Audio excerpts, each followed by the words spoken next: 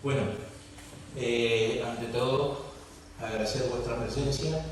Vamos a retomar las charlas del Grupo Copérnico después de este paréntesis obligado que nos ha impuesto la pandemia. Nunca mejor traído el hecho de que la ciencia, que es uno de los dos pilares con los que trabajamos en estas charlas, se ha visto ante un reto muy potente. Los sanitarios hemos aguantado el tirón y por lo tanto pues podemos en este momento comenzar a reunirnos nuevamente para debatir sobre estos temas que están a mitad de camino o entremezclados en las dos avenidas que son la ciencia y la fe. Para reinaugurar o inaugurar el curso, contamos hoy con la sabiduría del profesor Luis Franco Vera, que como vosotros sabéis es un químico español, es miembro de la Real Academia Nacional de Ciencias Exactas, Físicas y Naturales, es doctor en Ciencias Químicas por la Universidad Complutense, es catedrático de Biología Molecular y Bioquímica de la Universidad de Valencia, ha sido vicedecano de la Facultad de Biología, director del departamento de su especialidad y director del Instituto de Química del Instituto Valenciano de Estudios e Investigación. El profesor Luis Franco se ha especializado en la expresión génica por histonas. Ha dirigido muchas tesis doctorales, muchas monografías y también es miembro de la Asociación Española de Bioética. Y hoy, para retomar justamente el curso, va a exponernos el itinerario de la aventura que corrieron entre Copérnico y Galileo para llevarnos hasta nuestros días, hasta la expresión de la ciencia en nuestros días. Profesor Franco.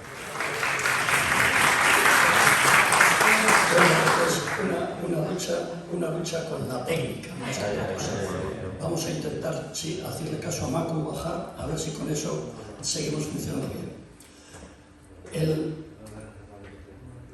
La historia de Copérnico, terminada por Galileo, comienza realmente muchos siglos antes, porque para poder entender lo que supuso la aportación de Copérnico a la ciencia, es necesario conocer cómo se encontraba la ciencia en el momento en que Copérnico interviene. En el momento en que Copérnico interviene, la ciencia astronómica estaba dominada por la idea del geocentrismo, la Tierra en el centro, el Sol, los planetas girando a su alrededor. Vamos a empezar, por consiguiente, hablando unas pinceladas acerca del geocentrismo. Y para hablar del geocentrismo es necesario que nos remontemos nada menos que a Aristóteles. Ahí tienen ustedes este famoso fresco en el que aparece la Escuela de Atenas. Y en el centro de la Escuela de Atenas están Platón y Aristóteles. Platón señala hacia arriba, hacia el mundo de las ideas, que era lo característico de la filosofía platónica. Aristóteles señala hacia abajo, a la tierra. Aristóteles está queriendo decir que lo importante es la observación de las cosas, la realidad de las cosas, y que las ideas, las formas, solamente tienen interés en cuanto que se expresan en las cosas reales. Aristóteles construye una física, escribe un tratado sobre física, pero construye esa física basándose en la entonces vigente teoría de que el mundo está constituido por 4 elementos: la tierra, el agua, el aire y el fuego. Cada cosa, decía Aristóteles, tiende a ir a su lugar. La tierra, como es más pesada, está abajo, está recubierta de las aguas, los mares. Por encima está el aire y por encima el fuego. Para Aristóteles y para todos los filósofos contemporáneos a él, el mundo sublunar es un mundo cambiante, es experiencia. Vemos cómo las cosas en la Tierra cambian. Pero el mundo supralunar, los cielos, son, en la teoría de Aristóteles, perfectos, inmutables. Y esta idea se fue manteniendo a lo largo de los siglos, hasta bien entrado el siglo XV. Ptolomeo fue el primero que puso un componente formal matemático en el tratamiento, en ese geocentrismo de Aristóteles. Ptolomeo, que vivió en el siglo II de nuestra era, empieza a hacer observaciones de los astros, concretamente de los planetas, y piensa que si los planetas describen una órbita circular alrededor de la Tierra, él puede determinar con precisión, viendo dónde está hoy Venus, pues calcular dónde va a estar en los días sucesivos. Pero resulta que las cuentas no le cuadran, no le sabe. Y entonces inventa una forma de explicarlo, que es lo que esquemáticamente ven ustedes ahí a la derecha. Dice, bueno, sí, el planeta en realidad no gira en torno a la Tierra, sino que gira formando un ciclo, lo llama él un epiciclo, por encima del ciclo, un epiciclo alrededor de un punto imaginario que es el que se va desplazando a lo largo de una órbita esférica alrededor de la Tierra. ¿De acuerdo? Vamos a ver con una animación lo que es este universo de los epiciclos. Vamos a verlo con el ejemplo de Júpiter. Verán ustedes ahora, en la imagen que les voy a mostrar, en el centro la Tierra, orbitando alrededor de la Tierra el Sol, y más lejos, él pensaba que los planetas, como eran más pequeños, estaban más lejos que el Sol, los planetas y las estrellas, por supuesto, todo más lejos que el Sol, pues entonces los planetas orbitando alrededor, pero orbitando no directamente, sino a su vez girando. Ahí tienen ustedes la Tierra, el Sol, y ahí estaría Júpiter, pero Júpiter que va girando, fíjense, alrededor de este epiciclo que sigue desplazándose, sigue, mientras que el Sol va perfectamente describiendo una órbita circular en torno a la Tierra, Júpiter va siguiendo, como consecuencia de esa teoría de los epiciclos, una órbita ondulada. Bien, esta es la aportación de Ptolomeo. Ptolomeo calcula matemáticamente cuál sería la posición de los distintos planetas siguiendo esta hipótesis de los epiciclos y llega a encontrar estos resultados que ven ustedes aquí comparados con los resultados reales que conocemos. La duración en días del mes lunar, periodos sinódicos, un periodo sinódico de un planeta es el tiempo que transcurre desde que un planeta se encuentra en una posición hasta que vuelve a encontrarse exactamente en la misma posición. Pues fíjense ustedes cómo Ptolomeo, simplemente con una observación visual, porque no disponía de absolutamente ningún instrumento, fue capaz de determinar la duración de todos estos periodos con una exactitud sorprendente y todo eso basándose en esa teoría de que los planetas iban describiendo esas órbitas epicíclicas girando.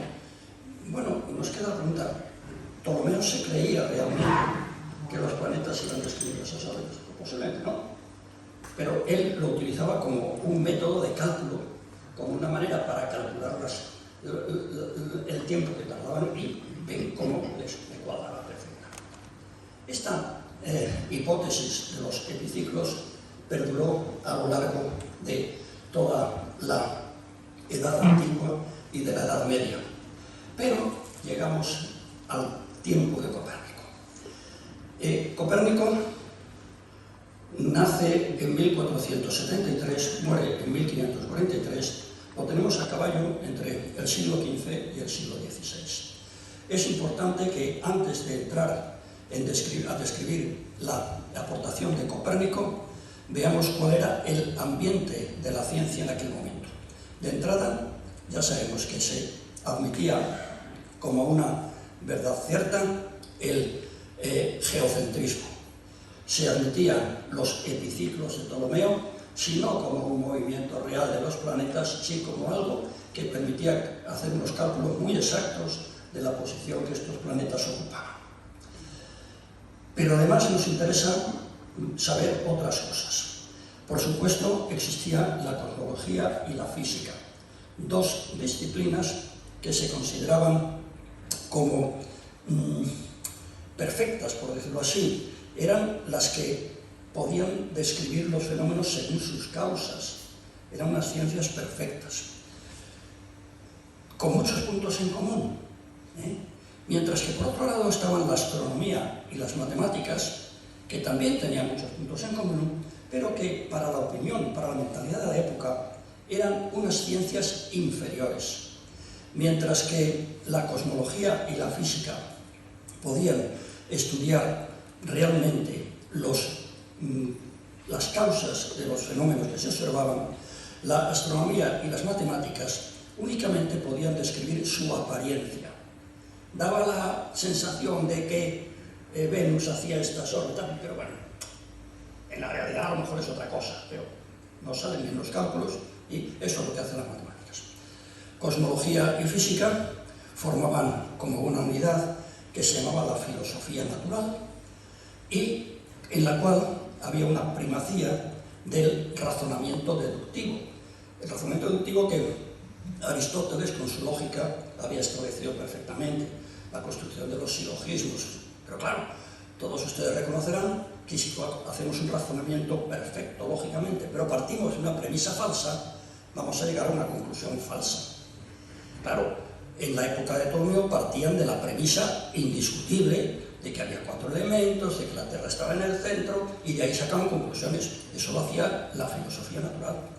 Los astrónomos y los matemáticos decían otras cosas, pero esas otras cosas eran simplemente algo que servía para describir en apariencia cómo eran las cosas. En esto tenemos ya a nuestro amigo Copérnico, que nace en 1473 en una ciudad polaca a las orillas del río Vístula. Estudia en Cracovia, donde se inicia en matemáticas y en astronomía, ciencias inferiores. En 1495 se desplaza a la región de Varmia, que estaba en esta zona de aquí, y allí permanece un poco de tiempo porque él tiene un pariente, un tío, que ocupa un cargo eclesiástico en esa diócesis. Pero un año después va a Bolonia, donde estudia Derecho Canónico, más tarde a Padua, donde estudia Medicina, y como consecuencia de todo eso, Copérnico, que tenía una gran capacidad intelectual, era una persona capaz de hablar con absoluta fluidez, por supuesto su polaco natal, pero también el alemán, el italiano, el latín, el griego, y dicen que se defendía bastante bien en hebreo. Muy bien, sea como sea, el caso es que en 1503 vuelve a esta región de Varmia porque, por la influencia de su tío, le nombran canónigo. En aquella época, para ser canónigo no era necesario estar ordenado como sacerdote. Copérnico recibió las órdenes menores, pero no consta por ninguna parte que fuera ordenado como presbítero. Se mantuvo en ese cargo, desempeñando varios oficios eclesiásticos en la catedral, sobre todo en la ciudad de Frombork, que está situada ya casi a las orillas del Báltico. Bueno, en esa ciudad transcurre la mayor parte de su vida, en esa ciudad muere en 1543, y en esa ciudad es donde hace sus aportaciones más importantes a la astronomía. La astronomía había empezado a practicarla, como ya les he dicho, en Cracovia. Ahí había empezado sus primeras observaciones. Pero donde hace las observaciones más importantes es en Frombork. Aquí tienen a la izquierda la llamada Torre de Copérnico, que se encuentra en esta ciudad polaca. Esta construcción no es la original que utilizó Copérnico, sino que es una reconstrucción posterior, pero más o menos conservando el estilo.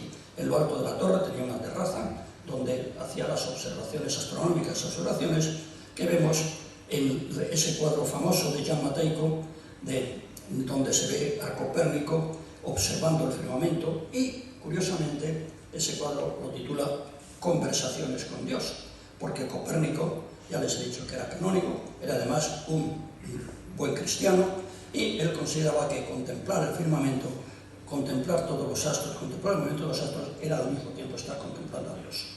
Bien, ¿qué instrumentos utilizaba Copérnico para sus observaciones? Pues unos instrumentos que ahora nos producen risa, porque utilizaba el cuadrante, utilizaba el trimetrum, que es esta extraña cosa que ven ustedes aquí abajo, donde tenía, no se ve bien, pero bueno, este puntito y este otro son dos pequeños agujeros por donde él enfocaba las estrellas y desplazando este brazo podía calcular con bastante precisión los ángulos en que se encontraban. Y a la derecha tienen la llamada esfera armilar, que era una construcción de una serie de circunferencias, de círculos giratorios que permitían ver cuál era el movimiento relativo de unos planetas con respecto a otros, según giraban en torno a la Tierra, que, como les he dicho, él situaba en posición central. Con esos instrumentos tan rudimentarios, fíjense las determinaciones que llegó a hacer. Él ya no solamente se limitó a medir la duración de los periodos sinódicos, como había hecho Ptolomeo, sino que además calcula las distancias de los distintos planetas al Sol. Estas distancias están medidas en unidades astronómicas, siendo 1 la distancia media de la Tierra al Sol, pues estas son las medidas que hizo Copérnico para Mercurio, Venus, Marte, Júpiter y Saturno. Y estas son las distancias reales que conocemos. Si se dan ustedes cuenta, en la columna última tienen el error con que hizo las determinaciones Copérnico, y verán que es verdaderamente admirable que con esos instrumentos tan rudimentarios consiguiera la precisión que consiguió. Pero bueno, en cualquier caso, estos cálculos encajaban perfectamente en su teoría geocéntrica. Los planetas se mueven en órbitas alrededor de la Tierra. Copérnico no se sabe exactamente en qué fecha, pero con toda certeza antes de 1514 escribió un manuscrito cuya portada tienen aquí. El manuscrito se titulaba, escrito en latín, Nicolae Copernici de hypothesibus modulum celestium ase constitutum commentariolus. Commentariolus es un diminutivo de comentario, y para no tener este título tan largo, ya casi todos los autores se refieren a este manuscrito de Copérnico como el Commentariolus. En el Commentariolus, en una de sus páginas, describe su modelo. El Sol está en el centro, perdón, antes he dicho la Tierra.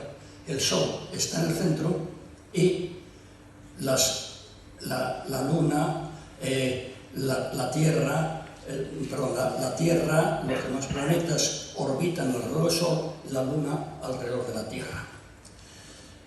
Claro, esto era algo completamente contrario a la visión general del geocentrismo.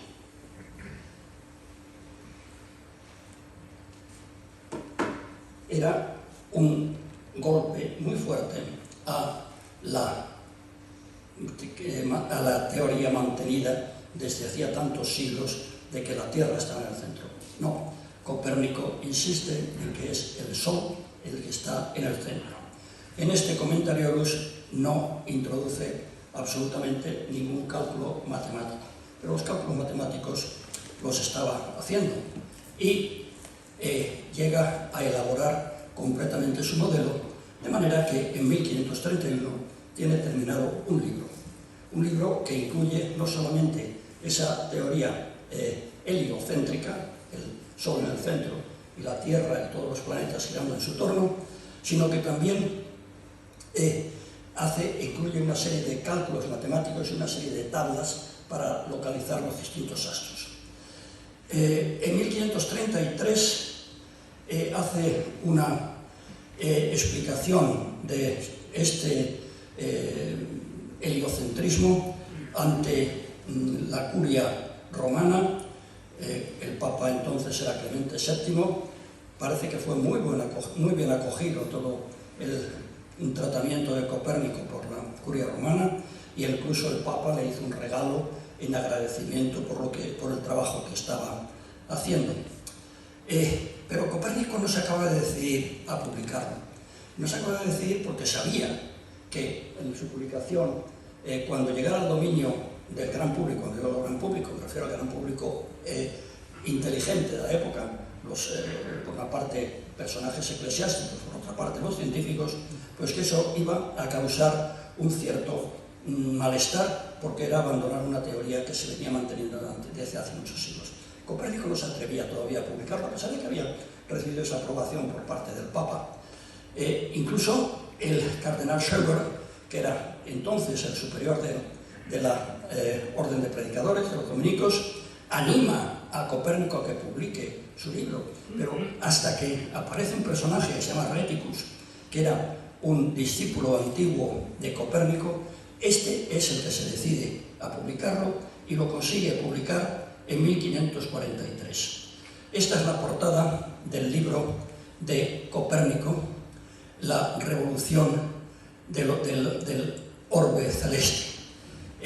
Una cosa curiosa, en la portada se ve una mano que parece proceder del cielo, un soplo que también parece proceder del cielo, y la mano tiene un martillo en el que está machacando la tierra, como si quisiera decir Copérnico que ese machacar la tierra como centro del universo no era una cosa suya, sino que era algo que había visto pues, con esa contemplación de los astros, que al mismo tiempo contemplar a Dios. Bien, este libro se publicó 2 meses antes del fallecimiento de Copérnico. Copérnico ya no llegó a ver las repercusiones de su libro.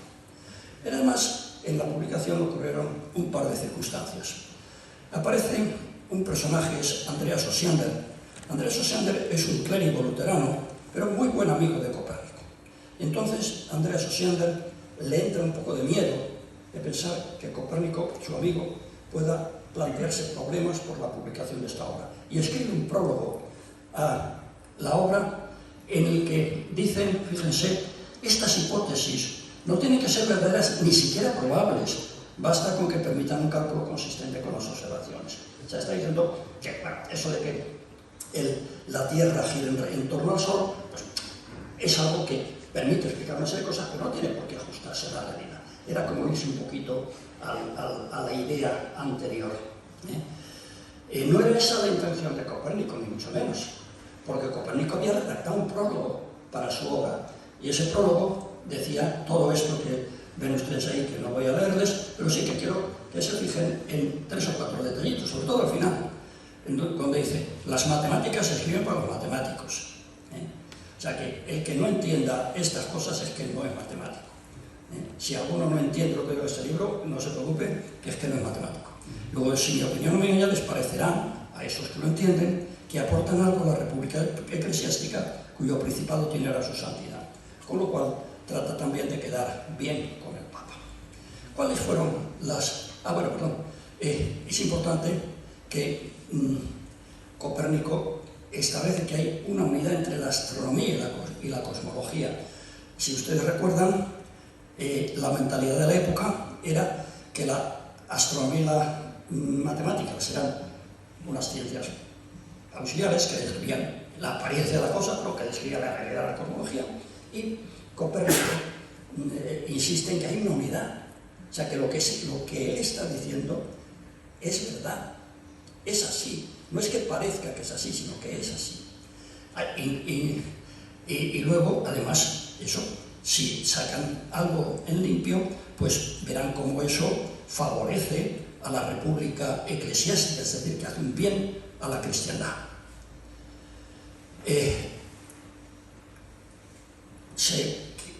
Copérnico estaba rompiendo esta división que se había establecido.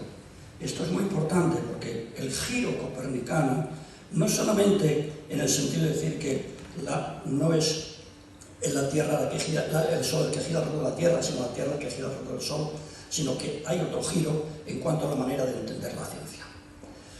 ¿Cuáles fueron las reacciones que despertó el libro de Revolutionibus? Pues filosóficamente, sobre todo fue un dominico, el padre Tolosani, el que hizo una serie de objeciones, pero fundamentalmente eran objeciones de tipo filosófico, que no presentan una teoría tal, de la que se puede decir, fíjese que Tolosani está pensando en ese razonamiento deductivo, que no parte de una idea para deducir, sino que hace al revés. Dice, parte de una idea y luego busca fenómenos que la apoyen. En lugar de razonar de causa a efecto, Copérnico está razonando de efecto a causa, el razonamiento inductivo que tanta importancia tuvo en el método científico y que para la mentalidad de la época era una barbaridad. Desde el punto de vista teológico, el propio Tolosani simplemente se limita a decir que Copérnico desconoce la Sagrada Escritura. Por el contrario, no todo eran reacciones en contra. La Universidad de Salamanca, en 1561, ofrece a sus alumnos que opten por estudiar a Copérnico o por estudiar a Ptolomeo. Y fíjense, en 1594 el estudio de Copérnico es ya obligatorio en la Universidad de Salamanca. La Universidad de Salamanca reconoce la autoridad de Copérnico en ese terreno. Las reacciones protestantes fueron un poquito más violentas. Lutero, Calvino y Melanchthon atacaron duramente a Copérnico. Por ejemplo, hay aquí un párrafo de Melanchthon en el que quiero fijarme. Bueno, pues le llama absurdo, dice que debilidad mental, el astrónomo sármata era un apelativo despectivo para referirse a los polacos, y luego termina diciendo, deben tomarse medidas severas para restringir la impiedad de los copernicanos. Yo creo que Copérnico tuvo mucha suerte de no vivir en Ginebra, porque si hubiera vivido en Ginebra, el bueno de Calvino habría hecho con él lo que hizo con Miguel Servet, que acabó en la hoguera, como todos ustedes saben. Bien, termino de hablar de Copérnico con esta frase suya, porque me parece que es importante. Dice, la máquina mundi, conjunto del universo, ha sido construida por Dios para nosotros, es decir, para que el hombre a través de la contemplación astronómica descubra su verdadera configuración física. Esto es un punto muy importante de partida para esa tesis que se ha establecido por varios autores de cómo el cristianismo supuso un sustrato estupendo para el nacimiento de la ciencia, porque admitía que Dios y la mentalidad del hombre y el mundo eran fruto de la creación de Dios, y por consiguiente el hombre estaba capacitado para conocer el mundo. Bueno, pues con esto llegamos a Galileo, que es nuestro punto final. Galileo, aquí lo tenemos, nace en 1564 en Pisa. En su ciudad natal estudia medicina y matemáticas, obtiene una cátedra de matemáticas en Pisa y años después una cátedra de astronomía y geometría en la Universidad de Padua. Ahí es donde comienza a hacer sus observaciones astronómicas. Galileo ya cuenta con un telescopio muy rudimentario, pero que ya le permite observar las cosas con mucha mayor precisión de lo que había hecho Copérnico y, por supuesto, de lo que había hecho Ptolomeo.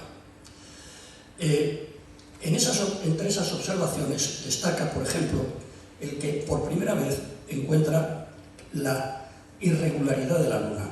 Este es un dibujo hecho por el propio Galileo, en el que se ve cómo hay cráteres y hay montañas en la Luna. Esto lo publicó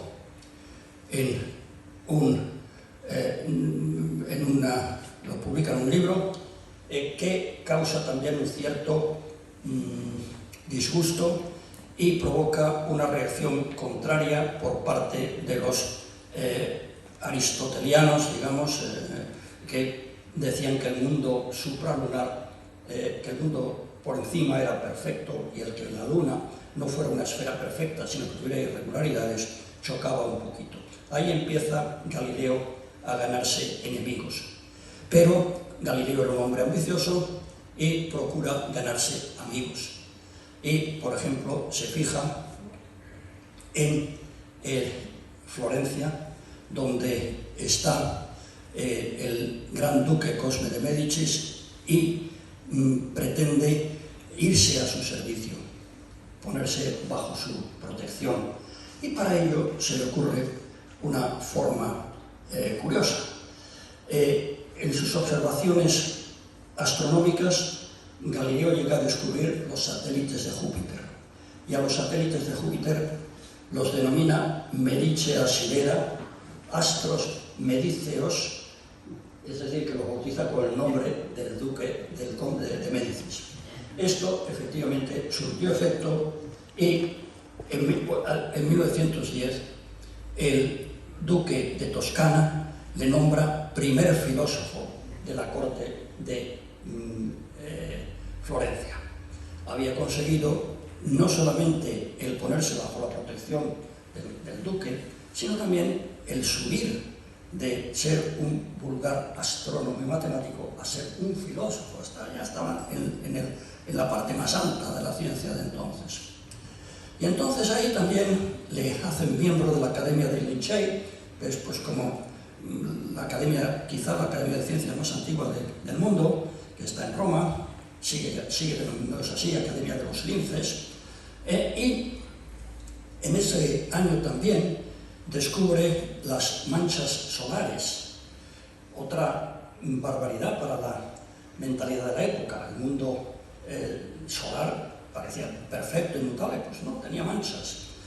Entonces publica ya como Lince el libro de las manchas solares y se enzarza en una disputa muy agria con otro astrónomo jesuita, Christoph Scheiner, por la prioridad de quién había sido el primero en descubrirlo.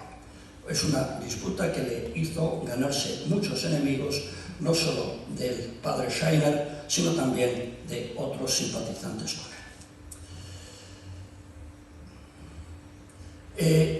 Un año después expone sus observaciones en Roma ante el entonces llamado Colegio Romano, que era el antecedente de la actual Universidad Gregoriana, en la que la mayoría de los miembros eran jesuitas.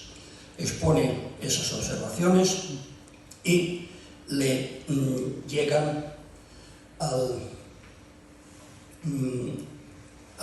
cardenal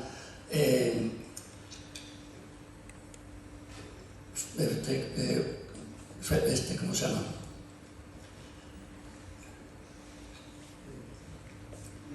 Roberto Bellarmino. Este es el famoso Roberto Bellarmino, que era también jesuita, y bueno, pues más o menos parece que aceptan la situación. Los miembros del Colegio Romano le dicen a Bellarmino que las conclusiones eran correctas y entonces la cuestión pasa de largo. Estamos en 1611.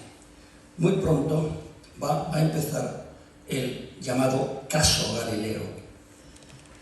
Pero antes de empezar a meternos con el caso Galileo, yo no puedo evitar una cierta deformación profesional.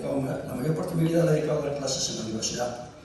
Y entonces yo tenía la costumbre de preguntar a los alumnos en clase. Pues voy a seguir esta costumbre, voy a preguntarles a ustedes. Por ejemplo, ¿cómo murió Galileo? En su casa. En su cama. ¿Murió en la hoguera? ¿Murió ahorcado? ¿Cómo murió Galileo? En su cama. Una pregunta que dejó en el aire. ¿Fue torturado en el proceso?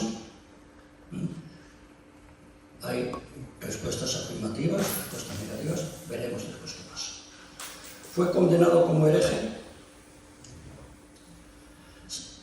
¿Hubo alguna declaración del magisterio eclesiástico en contra del heliocentrismo? Como consecuencia de su proceso, se paralizó la actividad científica de Galileo? Y una última pregunta. ¿Salió perjudicado el progreso de la ciencia de todo el proceso de Galileo? Bueno, pues vamos a tratar de ir respondiendo a estas preguntas poco a poco. Pero antes quiero decirles lo mismo que hemos hecho en el caso de Copérnico, dos afirmaciones explícitas de Galileo en sus obras que me parece de la máxima importancia señalar. La primera dice que las verdades de la fe y de la ciencia proceden ambas de Dios y no pueden contradecirse. Y la segunda, la iluminación divina actúa sobre el científico que busca la verdad. Con esto, aparte de estar sentando dos verdades auténticas, dos verdades como puños, diríamos coloquialmente, está tratando también de lavar su honradez, en el sentido de decir, bueno, pues lo que él dice científicamente no se contradice con lo que diga Dios. Y además es que el científico recibe una iluminación de Dios, bueno, la gracia de Dios actúa de alguna manera sobre el científico para que pueda encontrar la verdad. Bien, empezamos con el caso Galileo. El caso Galileo, en un libro escrito por David Sobel, titulado precisamente La hija de Galileo. Galileo tenía una hija que era monja de clausura, y entonces este es una biografía novelada de Galileo en el que cuenta pues unas supuestas cartas que la hija escribe a su padre. Y entonces esta autora en el libro dice lo siguiente: ningún otro proceso en los anales de la justicia ordinaria o canónica ha resonado a lo largo de la historia con más significados, más consecuencias, más conjeturas y más lamentos. Y esto es absolutamente cierto. ¿Cómo empieza toda la historia del caso Galileo? Empieza por un escrito de un tal Ludovico delle Colombe que el mismo año que estábamos hablando antes escribe un librito que en italiano que se dedica contra il moto della terra, contra el movimiento de la Tierra. En este libro pone como argumentos una serie de citas escriturísticas, fundamentalmente la del libro de Josué. Recordarán ustedes cómo en el libro de Josué se cuenta que en el seno de una batalla Josué dice al sol que se detenga y que se para la luna, y continúa diciendo el libro de Josué, el sol se paró y la luna se detuvo. Entonces decía, si el sol se paró es que el sol estaba moviéndose, lo que se para es el sol. Y esto lo esgrime delle Colombe como una muestra de que Galileo está equivocado y es contrario a la escritura. Lo único que consiguió es que se censurara el libro de las manchas solares de Galileo. Pero después, en 1614, empiezan los problemas más serios. Titulo esto Un sermón y una cena en Florencia. Un sermón, pues era en el otoño de ese año, una de las lecturas de la misa trataba precisamente de ese pasaje del libro de Josué que les he referido. El predicador aprovechó la ocasión para arremeter contra Galileo y sus seguidores. Como consecuencia de eso, en diciembre de ese año se reunieron en una cena en el palacio del Gran Duque, en presencia de la duquesa Cristina, madre del duque, pues se reunieron una serie de personajes. Y hubo alguien que comentó el contenido de ese sermón. La duquesa Cristina se puso muy nerviosa y entonces pensó que había que pedir explicaciones.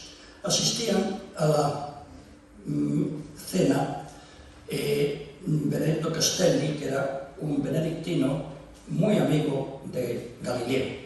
Y entonces él se puso en contacto con Galileo y le dijo, ojo, que hay alguien que quiere ir a por aquí. Y entonces Galileo escribe una carta a Castelli. Fíjense bien, esta carta va a tener una importancia trascendental en todo lo que voy a decir a continuación, si consigo acortar un poquito. Lo que pasa es que, sin que se sepa cómo, Niccolò Lorini, que era un eclesiástico de la época, consigue hacerse con una copia de la carta que había mandado Galileo a Castelli y la remite a la Inquisición. Y la remite a la Inquisición diciendo, ojo, que están haciendo una interpretación de la Sagrada Escritura que no parece correcta, y la interpretación de la Escritura personal es algo protestante. Claro, estamos todavía en una época relativamente reciente, era del Concilio de Trento, toda la separación de la cristiandad con los protestantes, y entonces, claro, ante esa sospecha de protestantismo, pues la Inquisición se reúne.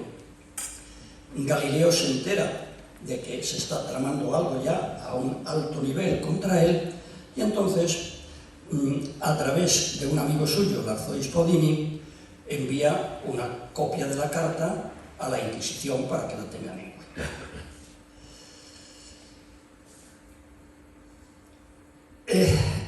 El Tribunal de la Inquisición confía a un teólogo que se llama Francesco Ingoli el que elabore un informe sobre esa carta de Galileo. El informe de Ingoli rebate a Galileo, pero fíjense, utilizando 18 argumentos astronómicos y solo 4 argumentos teológicos. Sobre todo se estaba basando, pues eso en que Aristóteles ha dicho que la Tierra está en el centro, pues no puede estar, cosas de ese estilo. Y solamente 4 argumentos teológicos que eran sobre lo de la interpretación de la Sagrada Escritura, del pasaje del libro de Josué y de algún otro pasaje que parecía sugerir la inmovilidad de la Tierra. Con todo esto se inicia en 1616 el primer proceso. Un proceso peculiar, algunos ni siquiera lo llaman proceso, porque de hecho no fue llamado a declarar, sino que simplemente se reunió el tribunal, examinó la situación y llegan a la conclusión de que decir que el Sol es estacionario es una locura, es un absurdo en filosofía y es formalmente herético. El movimiento de la Tierra es absurdo en filosofía y teológicamente al menos erróneo, y como consecuencia de eso el Papa Pablo V pide al cardenal Bellarmino que comunique la resolución a Galileo. Se lo comunica y Galileo pues acepta el no seguir hablando del heliocentrismo. Bueno, antes les he dicho, ¿hubo alguna declaración del magisterio contra el heliocentrismo? Y me dirán ustedes, sí, porque claro, aquí se dice que el que el Sol sea estacionario es formalmente herético. Bueno, esto era un escrito de un tribunal que no tenía categoría en absoluto de declaración magisterial, aunque por supuesto todos los decretos de la Inquisición fueran al menos conocidos por el Papa, pero no necesariamente aprobados formalmente por el Papa, y por consiguiente no es ninguna declaración magisterial, si es por parte de los jueces una equivocación. Galileo acepta, y ahora viene aquí una gran cosa. Hace 3 años se hace un descubrimiento muy importante en la Royal Society de Londres, tan importante que fue publicado en la revista Nature. Esta revista, por supuesto, no tiene ni por asomo ninguna connivencia con tesis vaticanistas, que digamos. Bueno, ¿qué pasa?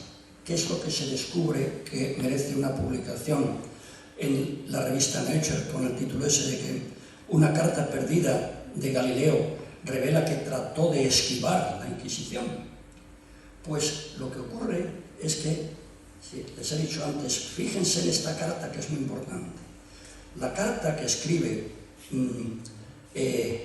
Galileo a su amigo Benedetto Castelli es una carta que tiene la Inquisición, que se basa la Inquisición en ella para hacer esa condena de las propuestas de Galileo, pero lo que se encuentra en 2018 y se describe en este artículo es una carta manuscrita de Galileo, y los peritos calígrafos han determinado que esto efectivamente es la letra de Galileo, donde, como ven, hay varias correcciones, y esto es lo que está, el original es la carta que envía a Benedetto Castelli, y la corregida es la que a través de Dini intenta hacer llegar a la Inquisición. Es decir, que durante mucho tiempo se está diciendo la Inquisición utilizó un documento falseado para condenar a Galileo, porque estaban cumpliendo la carta de Dini, que decía las cosas de una manera muy suave. Con la carta de Dini no se podía condenar a nadie, pero es que la carta de Galileo auténtica era la otra, la que envió a Castelli, y es lo que efectivamente con esta investigación de 3 profesores italianos se consigue demostrar. Bueno, estamos aquí,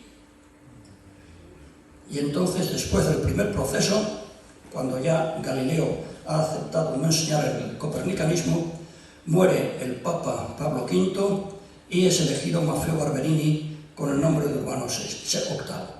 Maffeo Barberini era un gran amigo de Galileo, y Galileo, en cuanto que es elegido Papa, va corriendo al Vaticano a felicitarle. Le felicita y están en muy buenos términos, y como consecuencia de eso, pues Galileo sigue trabajando.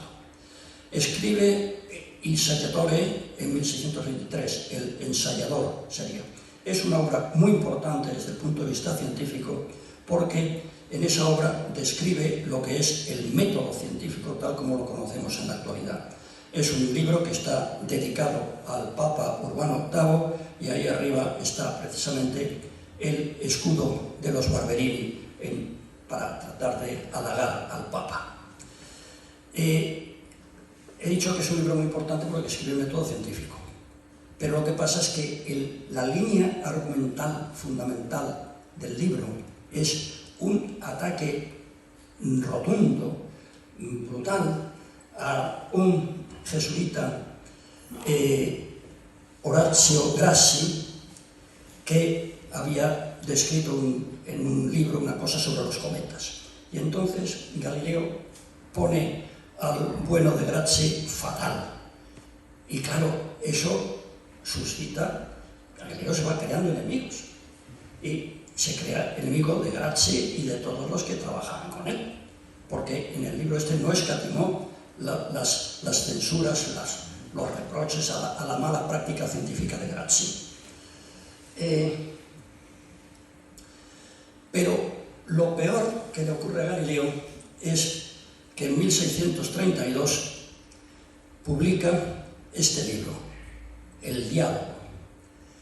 El Diálogo es, aquí tiene la portada, es una conversación entre 3 personajes ficticios.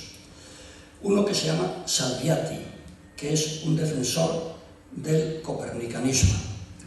Otro que se llama Sagredo, que es un sabio imparcial.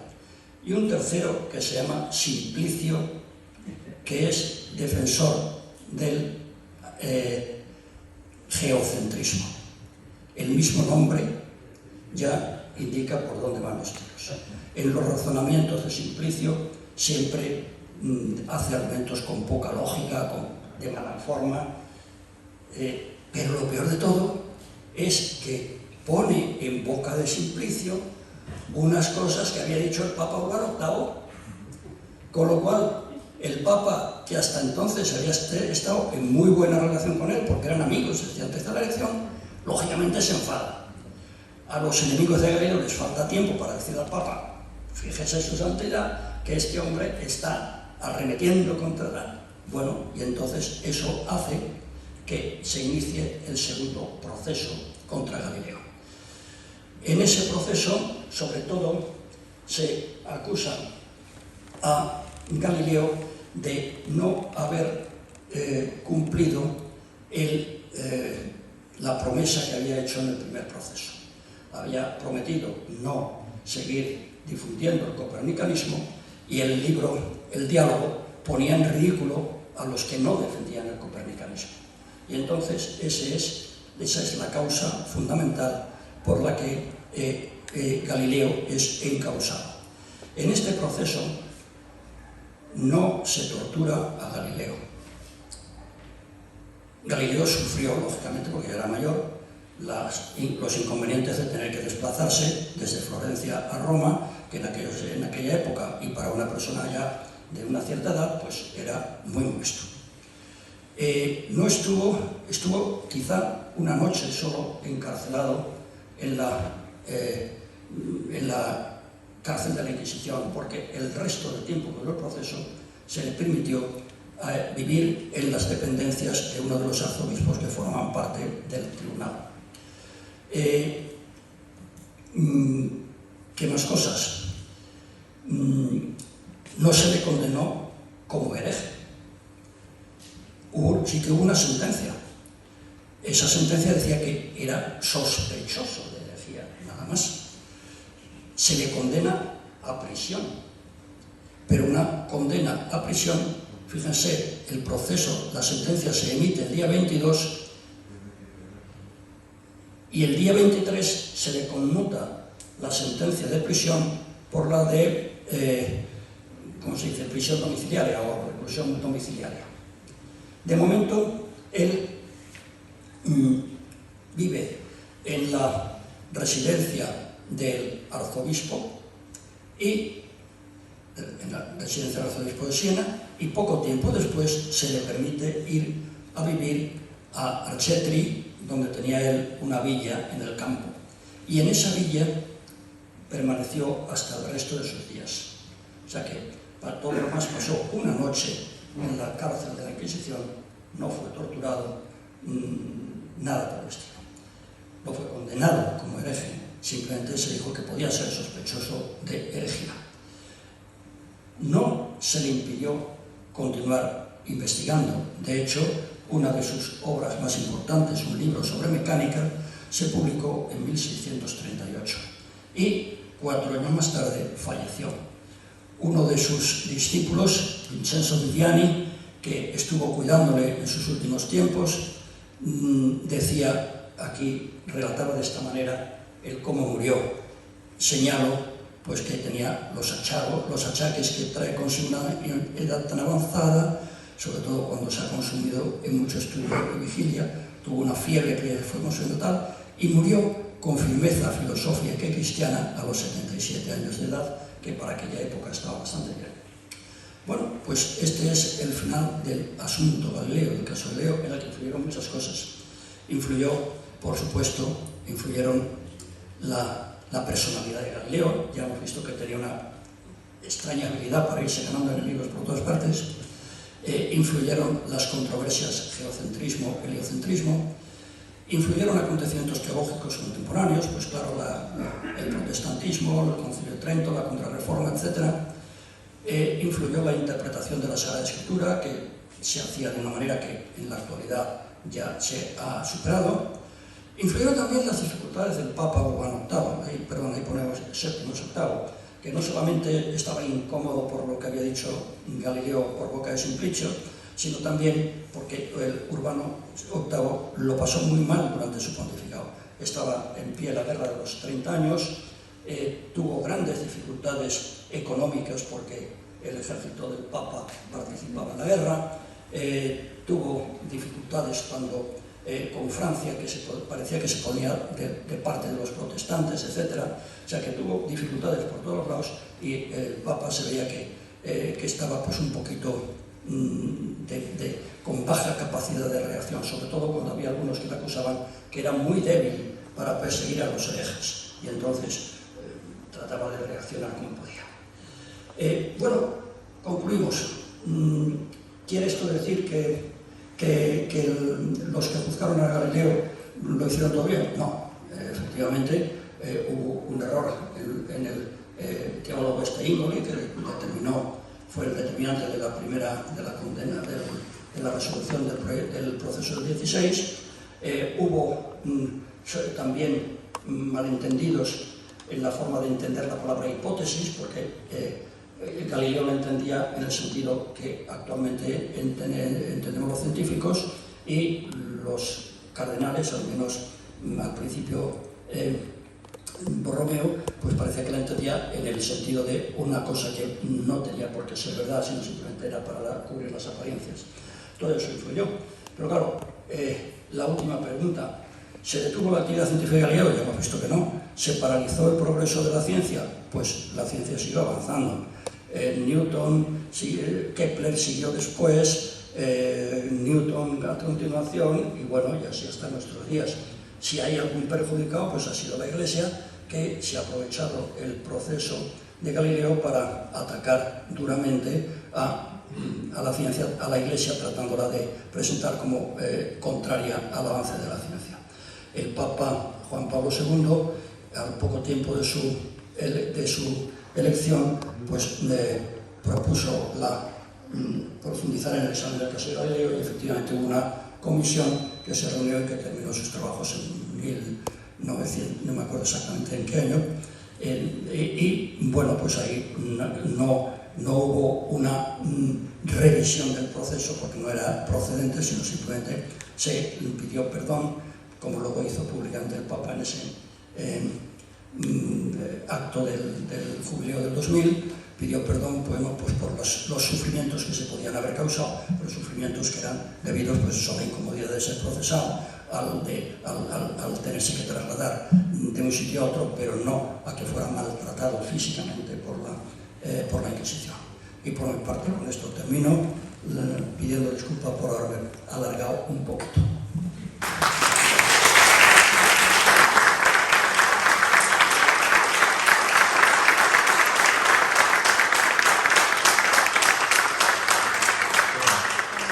Felicitaciones, profesor. Ha sido un análisis maravilloso. ¿Alguien tiene alguna inquietud que expresar?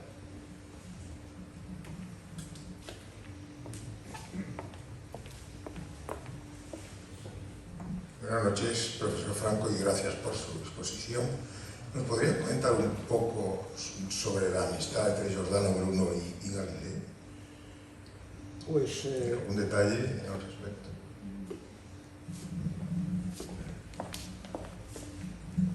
Vicente, yo tengo la costumbre, no sé si buena o mala, de no hablar de lo que no sé, y como de la amistad de Galileo y Giordano Bruno simplemente he visto alguna cosa muy superficial, pues no me atrevo a dar detalles sobre esa amistad. Es cierto la anécdota de que Galileo fue obligado a retractarse en el sentido de que decir la Tierra no se mueve, pero se mueve. Parece ser que es una leyenda. Durante mucho tiempo se dijo que Galileo, cuando se le comunicó la sentencia de que había que decir que la Tierra estaba quieta, y entonces él aceptó la sentencia, y la leyenda decía que dijo después «Eppur si muove». Eso es una leyenda, eso no está fundado. Es algo que surgió 2 siglos después. Incluso hubo un pintor que aprovechó esta leyenda para pintar a Galileo encerrado en una prisión tétrica, y que había escrito pues, en la pared con su dedo el «Eppur si muove».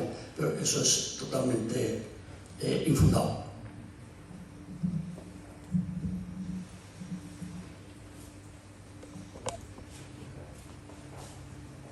Quiero agradecerle al profesor Franco. Yo he leído cosas de Galileo, pero no tenía ninguna facilidad para entender todo este proceso. Y sin embargo, le repruebo que, hablando de Copérnico, haya dicho que era canónigo y buena persona. Eso es imposible.